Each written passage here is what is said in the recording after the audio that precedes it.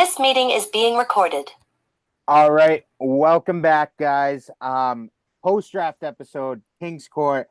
Ricky, thank you for being my partner in crime today. Much appreciated. How you doing today? Pretty good, man. Pretty good. All right, enough of the pleasantries, Ricky. Let's get the brass tacks. We are here to talk about the result of the draft. This was your first full year of Dynasty, Ricky. Give me your thoughts leading up to it. There's a couple guys in this league that are new to Dynasty, so just your thoughts on it, and most importantly, how the draft. What were your thoughts going into it, during it, the end? Tell me about it. Yeah. So, first year was fun. I feel pretty good about my team. It was obviously a little heartbreaking how the season ended. Had a really nice run throughout the majority of the season. Couple of key injuries, tough matchup. Tip the cap to Dumont. He went off on me anyways. Even if my team was healthy, it would have been tough. But I learned some lessons. I don't regret the Puka trade at all. That was my first round pick this year. I don't regret that for a second. A couple ones, I feel like I could learn from. Had a couple panic moments there, but learning lessons. I'm still in good shape. And then as far as the draft goes, it was nice, I gotta say, because seeing Jordan stressing and everything, it was nice only having 2 picks, to be honest. It took a little bit of the pressure off of me, I would say. I had 3 picks going into it right before the draft. Traded my 4th round pick to shore up a backup spot for Gus Bus with J.K. Dobbins, so I feel pretty good about that. And yeah, it was really fun. It was really fun. It was nice to see how everyone else's strategy played out. I think I'm going to be a lot more well prepared going into next season. I think I've learned a lot of lessons. I think it was really fun, dude. I think cheers to you for not screwing up the draft, as Gruden said. Yes. Cheers to Joka again, dude. Like that was out gold, Brian. bro. Major shout out. That was gold. I was showing a few buddies at work today, dude. It was so funny, I showed a couple people too. Hearing John Gruden say my name, I felt like Dumont. I was like, I did not have that on my bingo card today. Yeah, I saw the chat going off, and I was so busy at work, and I'm just like, fuck. I'm like, I got to my lunch break and finally got to watch it, and that was so funny, dude. Dude, I think like, do we got to plan a trip at some point to Tampa Bay to hold him to his word? John Gruden owes us some beers. I think we gotta. I would say. Yeah. Fuck the cancel culture, dude. We gotta bring his name back up, you know? Bring him back to relevance.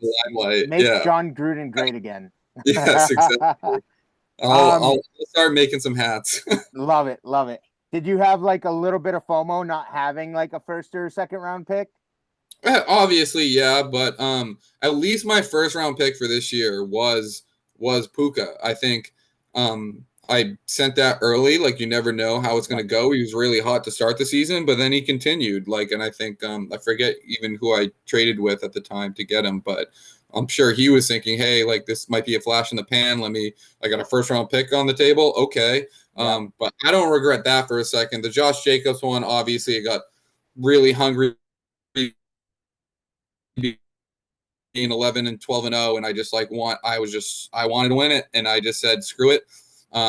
But he landed in a great spot this season in Green Bay, and I think he's going to be fantasy relevant. So, and I have some older studs on my team, but I have a good mix of guys in their prime and then some younger guys too. So I'm not too worried. I shored up a couple backup spots with tight end voids on my roster. I picked up Sam Darnold right after the draft, startable QB for the moment with good receiving options. So we'll see.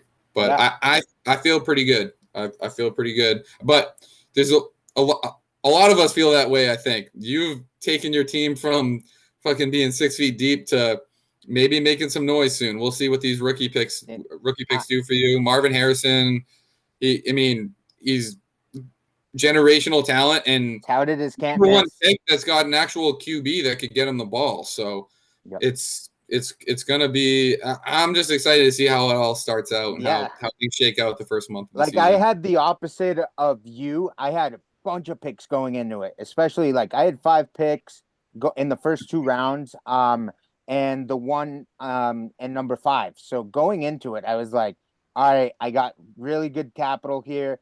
And when it comes to mock draft season, I do hundreds of them. Literally, I mock draft before I go to bed every night. Like, I'm that guy. Yeah. I want to give a giant FU to Matt Dispenza. You trading for number 4, dude, was through the biggest. When did that happen? Was that right before the draft, or that was that a day before the draft day that before? it happened. Him all of a sudden, I couldn't believe Ivy got rid of it. But that ended up being a good trade between him and Brian. Pretty fair trade. And then Brian flipping that number 4 right over to Matt Dispenza just to jump in. Yeah. And he's got to be the most active guy in our league, I think, right? He's one of, for sure. That's why Matt Dispenza's great to play fantasy with. He's wicked into it. Him and I was saying Jilka. Jilka's always Joker like, too. Yeah, they had Joker's both of them, I would say. Yeah. Yeah, both very involved. That's why I got the Mahomes jersey right now, because he came in and got my guy James Worthy, and we're gonna jump right into it. Did I lose you? Point. I lost you for a split second. We're good. All right, we're good. I still got you. We're gonna jump right into it. I'm gonna share my screen here with the boys, and voila, we got our mock draft, or our actual draft right here. And let me just jump you over to this side, Ricky, and see right here. Hold on. This stupid thing. There we go. All right, now I got you right square in the middle where people can see you. Let me see. Let me get my. This was such an exciting draft, Ricky. The scene over here, for people that didn't come to the draft, absolute scenes, as the kids say nowadays.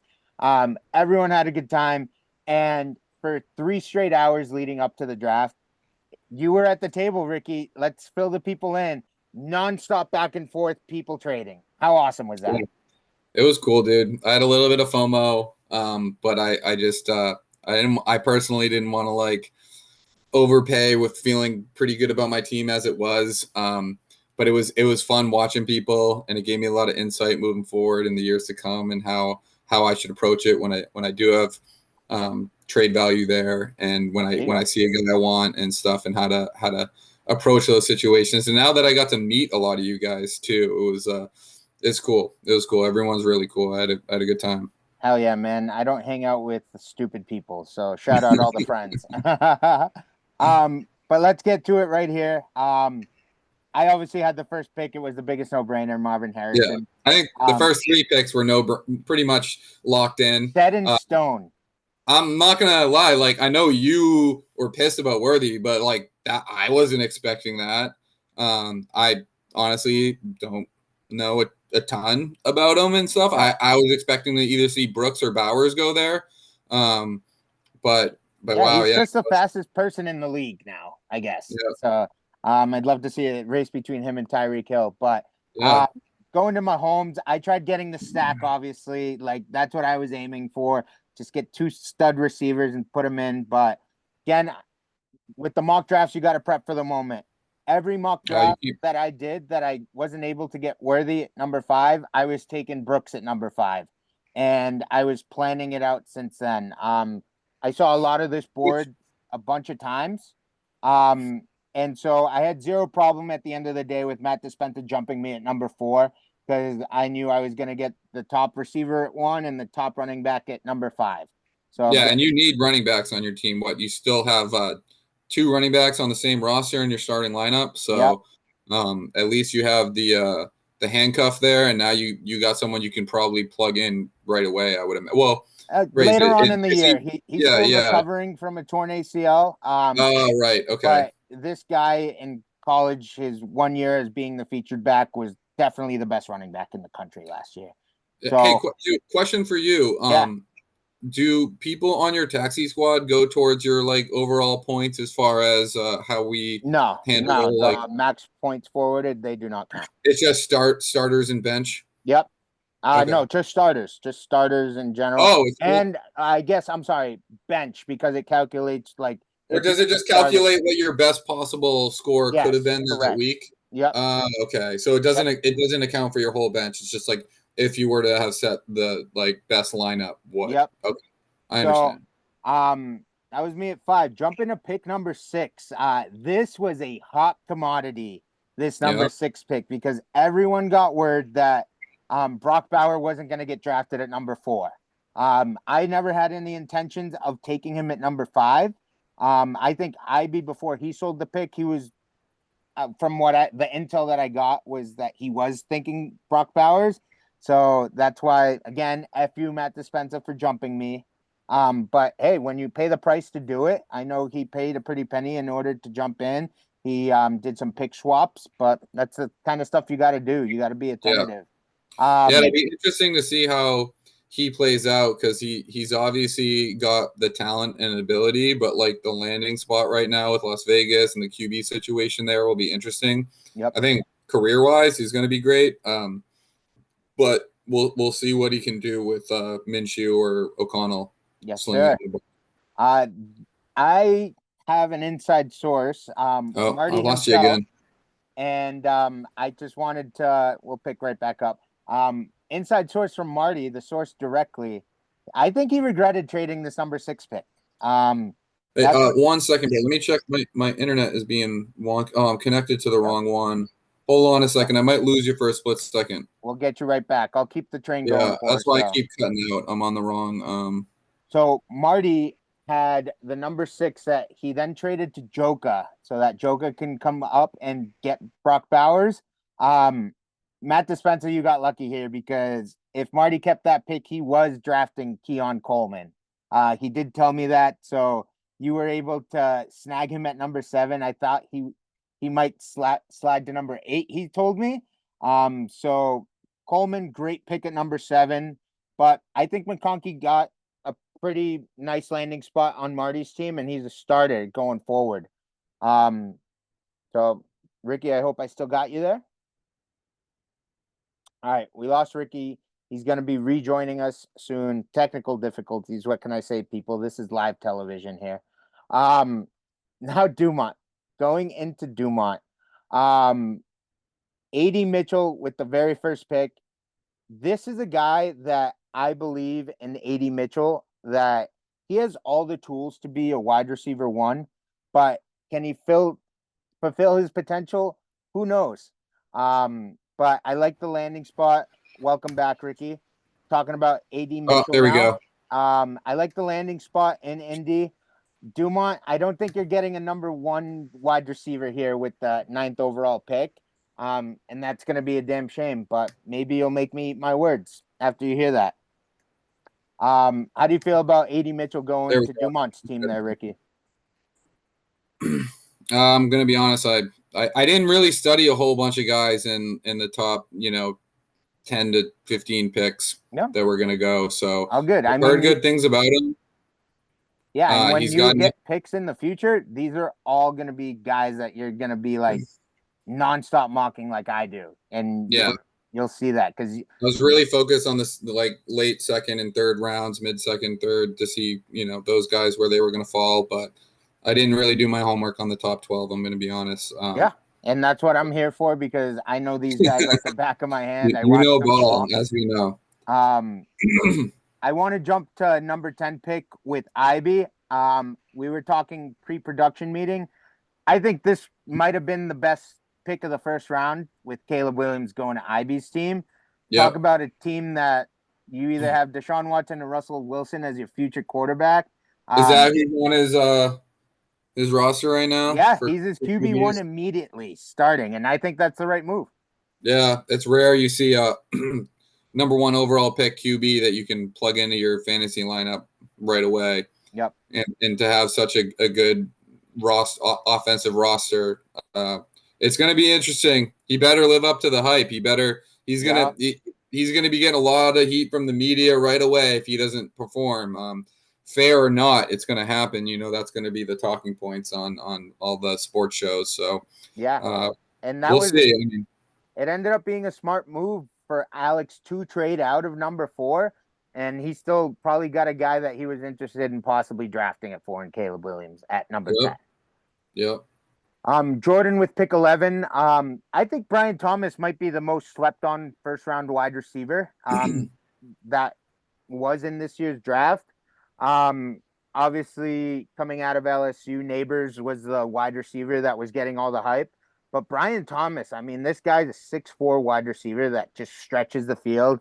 Yeah, And now that Ridley's gone in Jacksonville, I think the wide receiver one spot in Jacksonville is wide open, and this guy could come in as a rookie and take it right off the bat.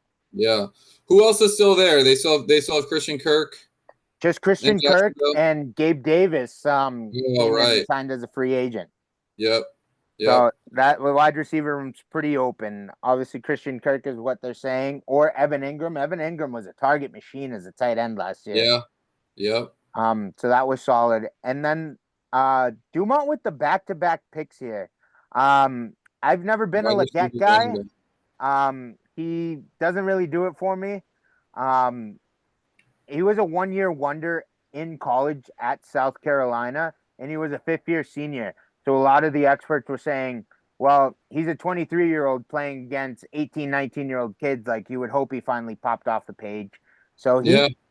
in my opinion, he's the riskiest wide receiver in the first round that was drafted this year. Yeah.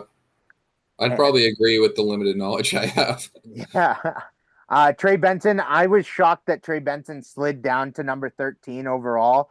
Yeah. I thought running backs would slide off the board pretty quickly, but especially once I took one at 5. But just You can basically call him pick 12 too, since Dumont had back-to-back picks there. But that's true. yeah. But they said that this year's running back class wasn't as gifted. Obviously, only time will tell. Yeah. Yep. I know. I think though, with how hungry everyone is in a 14-man league for running backs, so kind of what you're saying, like it's just the team need for everyone. Like everyone's horny for running backs right now, and still, even after the draft. Yeah, because he still got what's his name there from Pittsburgh that went to Arizona. Blanking on the name. James Conner. James Conner, right? And he's going to be healthy, right? He's all signs point. Did he end the season hurt or anything? No, yeah, he's surprisingly he always gets hurt, healthy. but yeah, we'll see how much playing time he gets this year and what he can turn into. Listen, next pick will be fun to talk about. All right, let's jump right into it because we both agreed. Ricky, what am I doing right now? Like, I think you're reaching. I think I'm reaching. Was this a reach pick? Not for your brother, no. We were talking before the pod started how like in any other dynasty league, everyone would consider this a reach, but I don't think this really went as a surprise to anyone. No, I think it was going to be either him or Jalen Polk, right? Pick who does your brother have at quarterback? Oh, he has Burrow too. Burrow. So kind of maybe your brother's a little worried with injury history with Burrow. Like some of the stuff has just been pure bad luck with him getting the fucking appendicitis and everything was that last year, and then the wrist injury. And he doesn't have the don't forget his calf strain to start the year in training camp. Yeah, so he's had bad luck. I mean, he's doing like Vogue photo shoots or whatever now. Yeah. I don't know. Is he in it? Like, is he trying to change careers? We'll see. Good one. But yeah, I don't know. I at the same time though too, like I'm a Homer Pats fan, but I'm kind of optimistic over Drake May. I think he's got a better outlook than Mac Jones does with the whole organizational change, with the coaching changes, the different scheme they're probably going to try to run. I think I think he'll be slower. It might take a few years to develop, and we'll see. But I'm thinking that he could be a good player in a few years. Yep. For all you gamblers out there, Pats are the favorite to be the worst team in the NFL this year, according to Vegas. So I don't know about that. I don't know if they're going to be the worst team. They still have a really, really good defense. Yep. And I don't know. I guess I'm curious to see how their coaching is on offense, but I just don't know how you're worse on offense than you were last year. Even with the rookies and stuff, I just feel like come the end of the year, things might start to click a little more for the Pats. I'd have to look at their schedule again, but I have a hard time seeing what are they? Is it like 4.5 Yeah, games? I four and a think is half the games. betting Yep. line right now for them. Yep. I don't know. I would probably pick the over on that, but at the same time, like if I'm Would you not be expecting them to surprised if make the they are? playoffs, so I wouldn't be totally bummed if they had another high draft pick come next year. Yeah, right. And that was So talking Patriots. So second round of this year's draft, Ricky. We'll move on to it. yep, This was where it got real spicy. yeah, I had to pause the draft a couple times here because people were trying to move up for some players that they love. yep. And Joke, I mean, you started with the 201 in your pocket, I think. So getting Blake Corum, solid pick. If you had Kyron, it would make a little more sense for me. But I don't think you reached for a guy that if Kyron ever were to go down, I think you have a top 10 easy running back Yeah. here in Corum. And I just feel like too, like McVay too, just like is just an offensive wizard when it comes to coaching and just like putting his players in good positions and just I don't know a ton about the player, but I just feel like just He's a Rams small offensive little player. guy. He's Yeah. like if you I feel remember like they're Doug gonna find Martin. ways to utilize him, Yeah. like eventually. And especially if Kyron goes down. So uh it's gonna be interesting to watch. And he was someone that's also very horny for running backs. I think we traded for Yeah. Achane a couple months ago. So yeah, we'll see. We'll I see. think he'll be good long Yep. term. The next pick that happened was Matty Daddy getting Jaden Daniels. Yep. And in my opinion, this was the steal of the draft. How this guy, especially Diego, taking Drake May over Daniels, like realistically, dude, you're crazy. I Daniels mean, way well, better. I would say though, Fantasy Diego wise. doesn't need a QB right now, and Jaden Daniels will give up more immediate fantasy relevancy because of his rushing upside. Yep. So from that perspective, and your brother being a huge Pats homer, makes sense. Whereas I don't know what Matty Daddy's needs are for QB at the moment, but I think he'll be someone that you can plug in a lot sooner than someone like Drake May. I don't know if he'll necessarily have the long-term relevancy as Drake May. That time will tell with that, but I can see both sides. Yeah, I mean Matt's quarterback is Dak Prescott, so and his backup Oh, he all right. just traded for Stafford and gave up a third. So he definitely needed a backup running quarterback, I mean, and I thought that's why he got an absolute steal with Daniel sliding into the Dak's second. getting older too, and he gets hurt a lot. And there's rumors too. I heard today or yesterday that like if CD doesn't get the contract he wants, he's gonna demand a trade. So if CD goes, then Dak's numbers are gonna take a hit. So Yep. Because I think Brandon Cooks is still the wide receiver too in Dallas. Yeah, So we'll see on that. and he's I on don't my expect roster. anything from If anyone's Dallas. interested in wide receiver two on the Dallas offense, let me know. Next pick, AK with Ben Sano. This guy is the immediate starter in Washington. Yeah.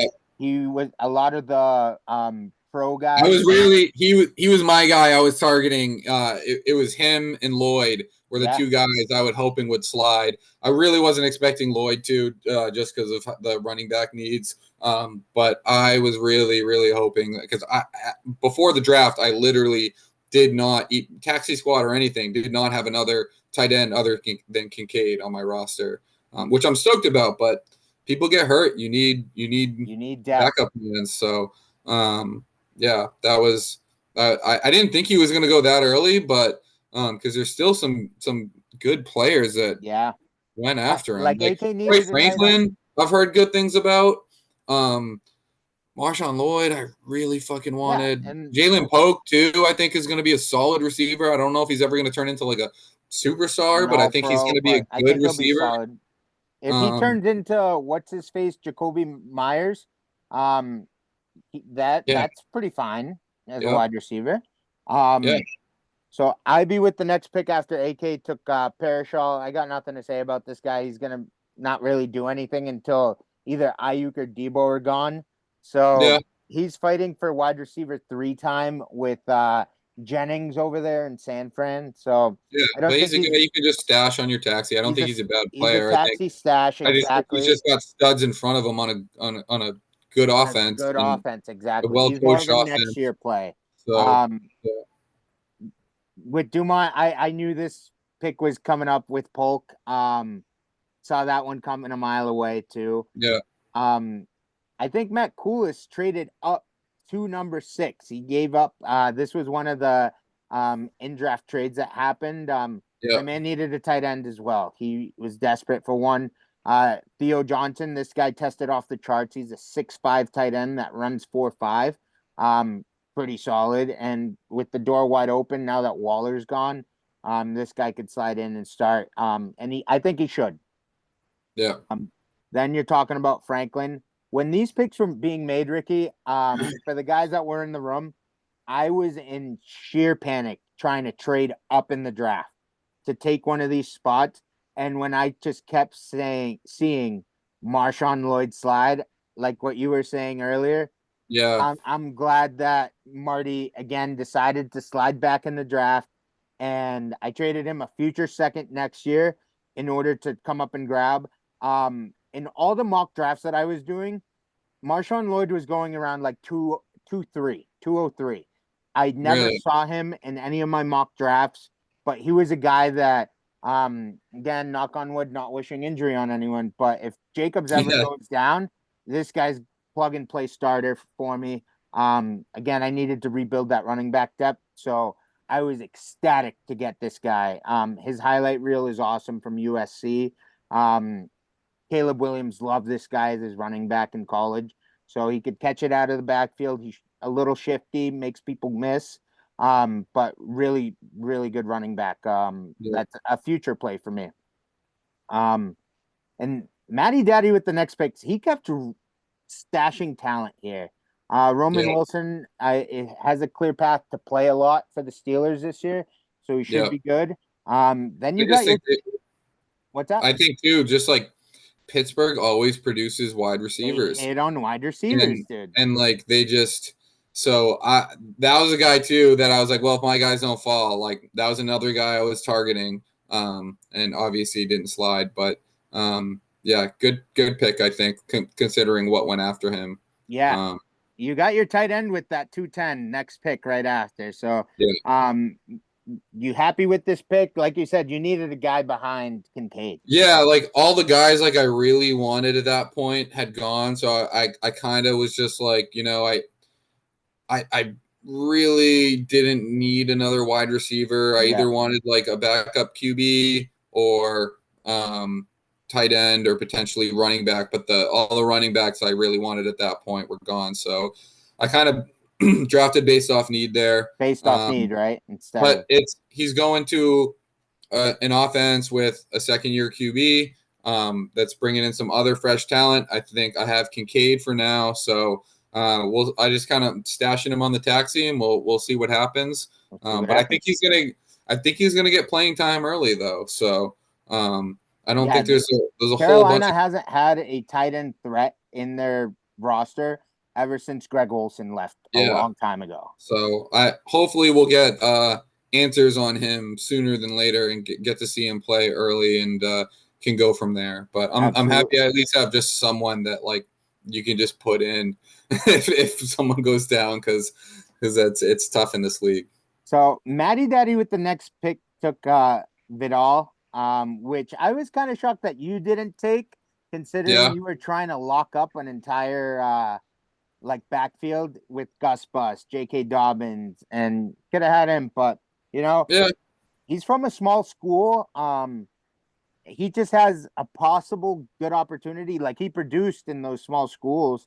yeah, I think he had like over 15 touchdowns last year and like 2,200 all-purpose yards.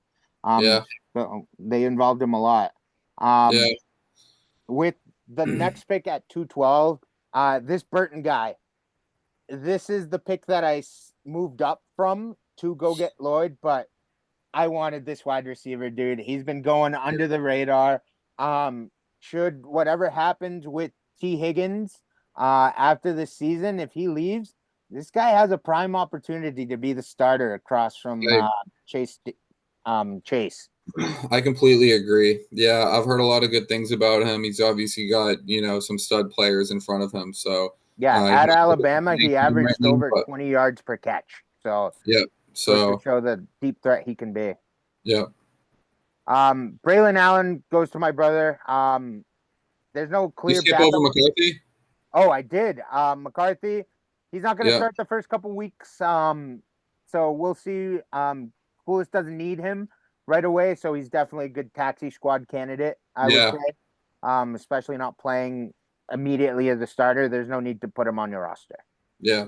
Braylon Allen next. There's no clear backup to Breece Hall. I wouldn't be surprised if during training camp the Jets bring in a veteran running back like they did last year. Remember watching Dalvin. like Hard Knocks with Dalvin Cook coming in? Yeah. So Yeah. there's that possibility. We're not going to really get into the draft much more than this. The only thing that I'll say on it was you feel like Michael Penix slid down like I did?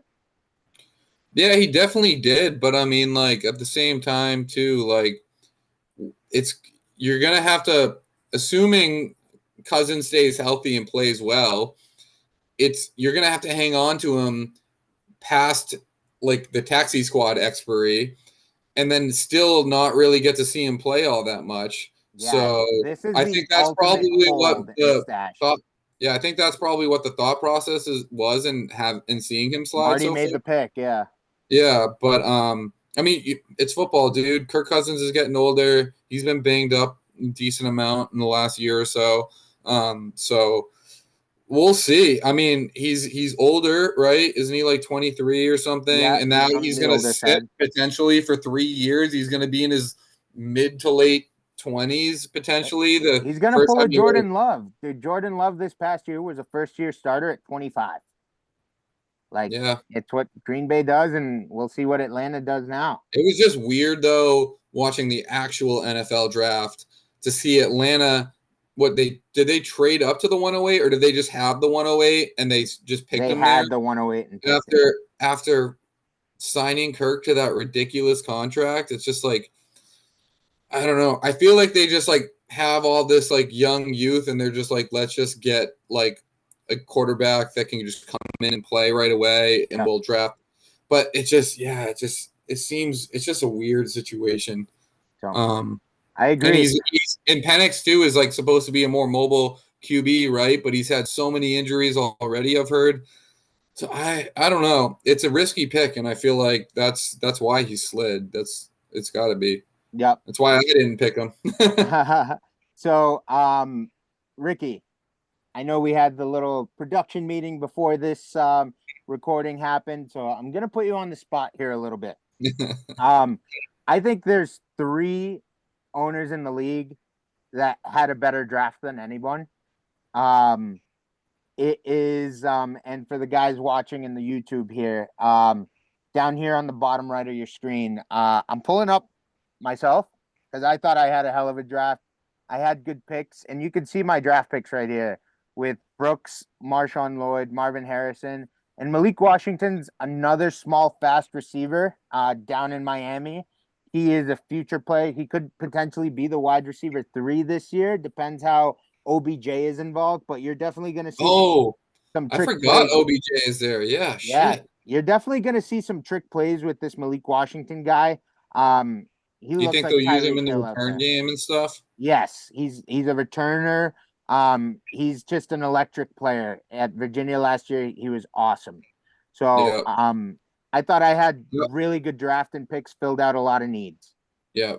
Um, I have no criticism for your picks, dude. I mean, you had really high picks, so like obviously you were getting guys that are suspected to be plug and good. play players right Yeah. now. So and you need that, and you were able to like that trade you got for who was it? You got like a first Sanders last year. That was crazy. Miles Sanders What pick did that turn into? Was that the ended up 105? being the 107.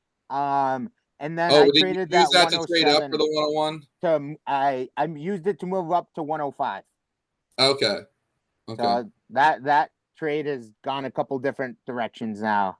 Yeah. The second owner that I want to put up for having the best draft was Matty Daddy.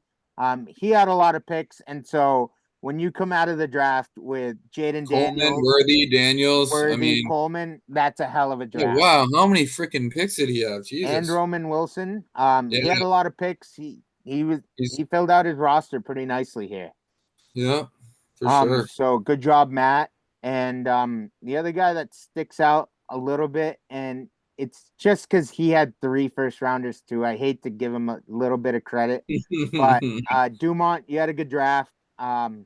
Getting Benson, the second best receiver that could be a full-time starter starting next season after Yeah. James Conner contract runs out. He's going to be the guy. Again, potential. I don't see it right away, but Mitchell and Leggett on the field are stars. They're awesome to watch play. Adonai Mitchell reminds me of CeeDee Lamb a lot, which I saw a lot of CeeDee Lamb in college when he was at Oklahoma. Adonai Mitchell looks just like him on the field, man. Yeah.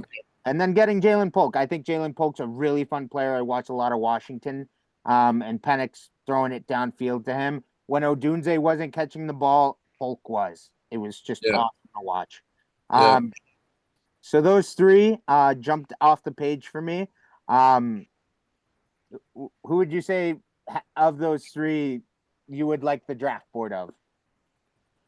I mean, dude, like, I don't know. I want yours because you got Marvin Harrison and Brooks. Like, but I mean, you had like 2 top 5 picks. So you had what, 5 picks in the first 2 rounds? Like, you had a lot of that good I picks. traded away, and eventually it ended up only being 3. Okay, but still, like, you got some nice players there, dude. I mean, all 3 of them, I would say, did good for what they had. So, Way to take the political approach. I like it. So we'll wrap this up here.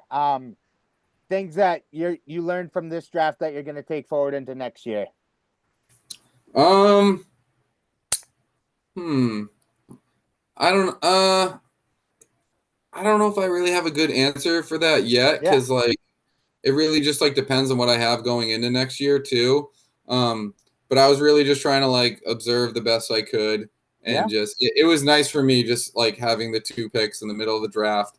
I was really bummed that the guy I wanted in the guys I wanted in the second round didn't slide to me, but I deep down wasn't really expecting them to. It was just kind of wishful thinking. So what I'll say is, biggest thing I need to do is I got to watch more college football this season. dude, I got to college pay a little bit football more. might be better than the NFL. Like watching wise, it's so much better to watch on TV. So much faster. It's funner because it's a running clock in college. It's freaking awesome.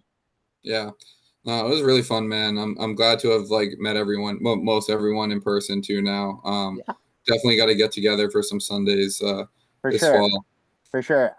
Hint of advice, if I could give some, second rounders are really important. As we saw in this draft, guys are using future seconds to jump up in the second. And that's what it takes to go and get your guy.